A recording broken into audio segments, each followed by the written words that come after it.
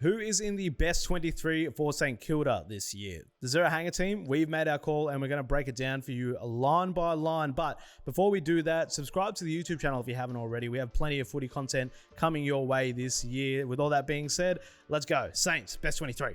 But before we get into it, don't forget that ZeroHanger.com is the #1 independent AFL news source for all your AFL news, trades, draft content, and now games. Check out our latest game, AFL Streaker. Test out your footy stats knowledge and see if you can get your name on the leaderboard.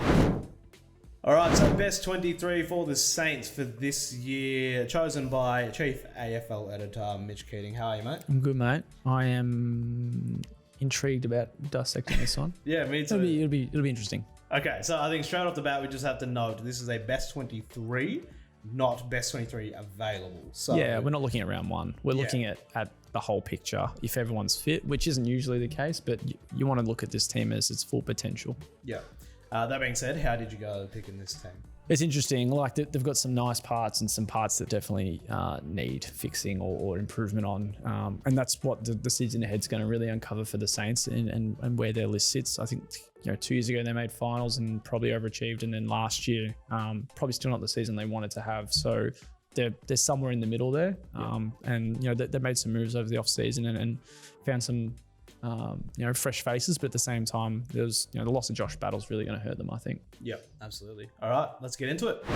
All right, so the back line for the Saints, we have Alex Tauru, Dougal Howard, Jimmy Webster, and then Nasiah Wangani Millera, Callum Wilkie, and Toby Travalia. So two things there. It's quite small, but also the two draftees in there.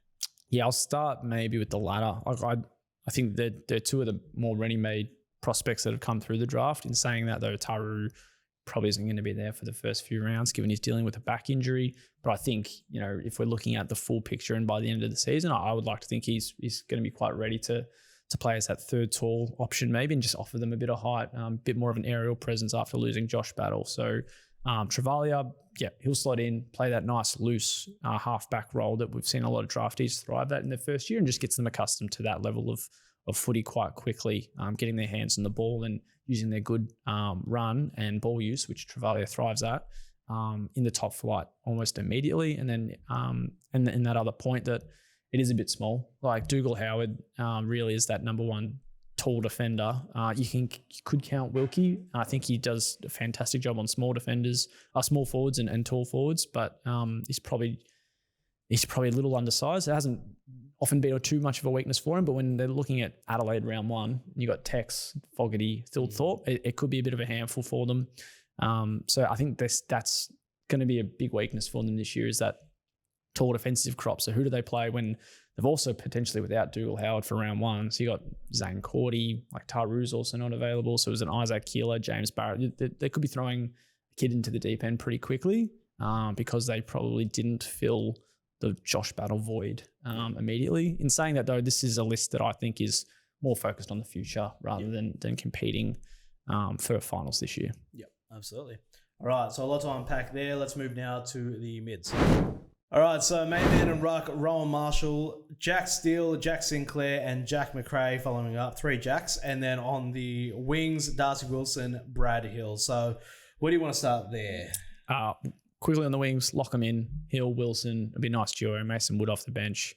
That'll be pretty steady for them for most of the year. Two durable enough players as well. Inside mids, Jack McRae is going to be a nice new addition. Just offers them an extra gear in midfield. They had Brad Crouch, Steele, and Sinclair wasn't used at all, or at times, I should say, in midfield. So it made them look probably a little one-paced. But I think the mix of Steele, McRae, and Sinclair will be really nice. And Sinclair should be getting more midfield minutes when you're factoring in your Wangani Milleras and your Toby Travalias that will slot into the back line. So that's a kind of nice mix. Ron Marshall as well, and one of the best ruckmen in the AFL. It's going to be pretty lean for him if he misses the start of the year, but picked up Harry Boyd, who I have as the best player who wasn't on an AFL list last year. So he can do the job to almost straight away, I think. He's not going to be playing to the Ron Marshall level, but he's a pretty handy second option, and maybe could even give them the chance to play the 2 ruck setup and roll Marshall forward a little bit.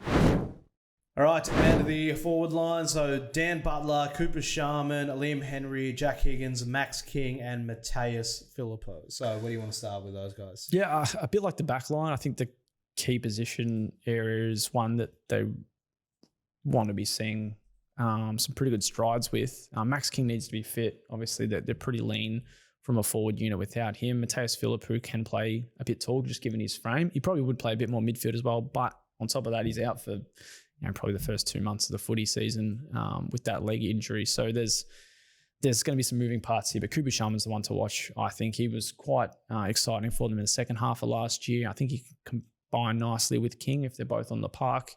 Anthony Caminiti is probably another one they'll consider if they want a bit more height in the forward line. And as we mentioned, Rowan Marshall could also help the forwards if they use Harry Boyd in the middle as well. But yeah, I think they probably could have kept Tim Membry on for another year.